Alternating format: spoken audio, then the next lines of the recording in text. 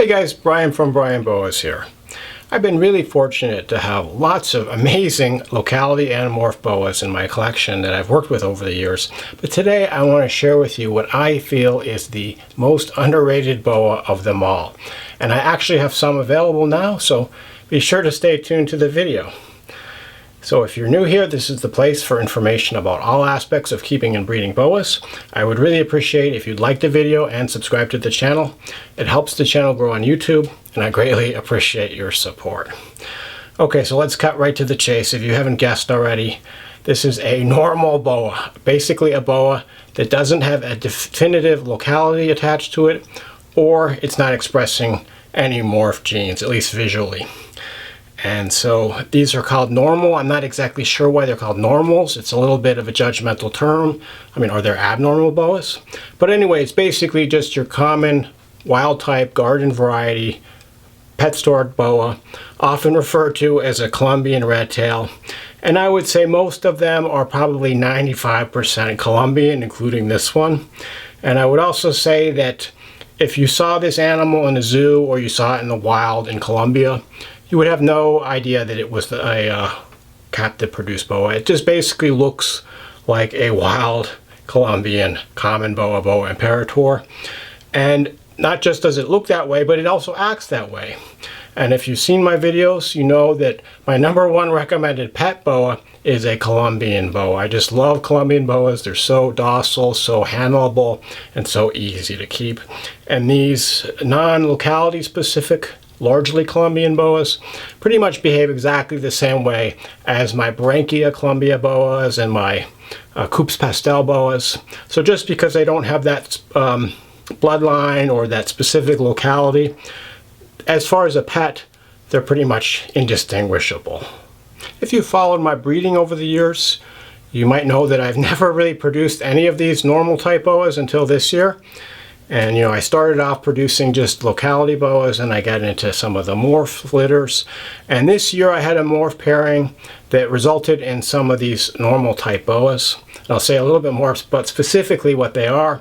But basically what I did is I crossed a IMG hypo jungle female with a VPI T-positive albino male. And when I got the IMG hypo jungle, I was told that she is I think 50% or 66% het for VPI, which means that she has a 50 or 66% possibility of being het.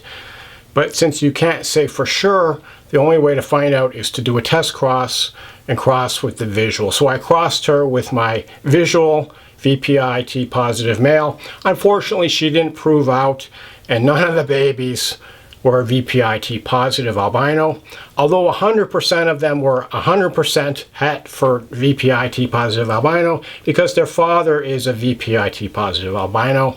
And if you don't understand how I arrived at that, I think I've done some videos before on genetics. Just brush up on your boa genetics. But this is a 100% het VPI T-positive boa, and as I said, he's a normal. He basically just looks like a wild type boa, but he is carrying the VPI T-positive gene. And so if you crossed him with another VPI T-positive het or a VPI T-positive visual, you would get some baby VPI T-positives in the litter.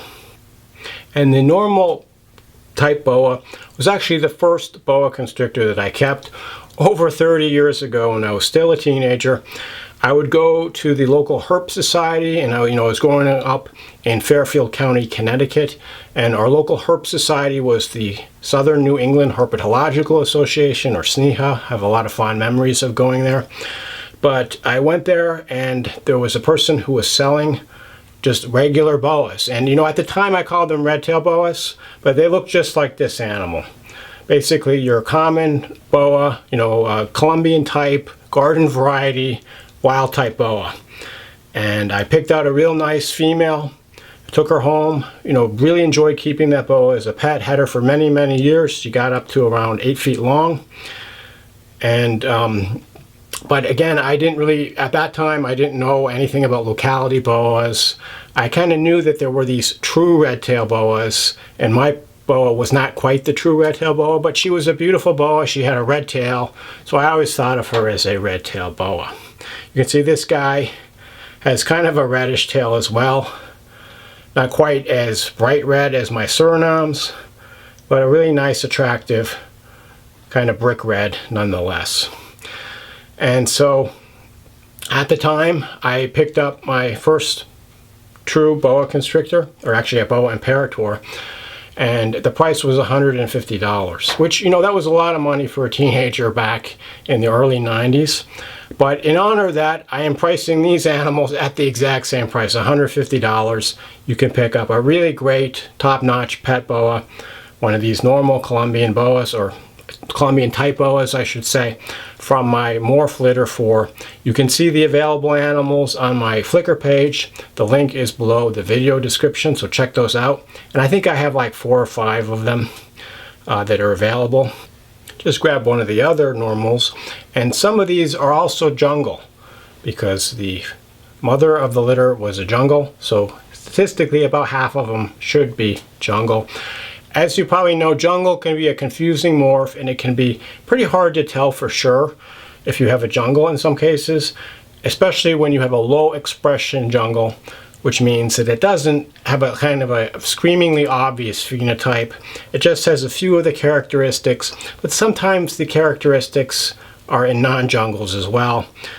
This is an animal that probably is a jungle, but I'm not 100% sure. This one has a little kind of a space between the head stripe and the nose, and the shape of the saddles is a little bit irregular, or a little bit kind of more geometric.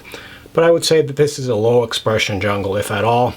And so I'm just calling these guys possible jungles, and I have them priced the same price as my normals, are $150. So if you've been looking for a pet boa, but the price of a locality specific boa or a morph boa is a little outside of your budget, these are a great deal because they give you all the same behaviors, the same interactions as you would have with other types of boas. They're just as nice to look at. You know, they just don't have the fancy pedigree or the fancy locality, title to them. But they are great pet boas. And for a starter beginner who wants to get into a pet boa, wants something that's easy to keep, enjoyable to handle, and docile, there's no better choice than one of these normal Colombian type boas. And because they're het for VPIT positive, if you get 2 of them and breed them together, you'll get about 25% visual VPI T positive albinos in the litter. So that's something else you might want to consider if you want to get into a VPI T positive albino project on a shoestring, very low budget. So anyway, I hope you enjoyed looking at these animals. You can check them out on my Flickr page. The link is below the video description. Shoot me any questions or comments you might have. Let me know if you agree that the normal is the most underrated boa, or what you think is the most underrated boa, and enjoy your boas.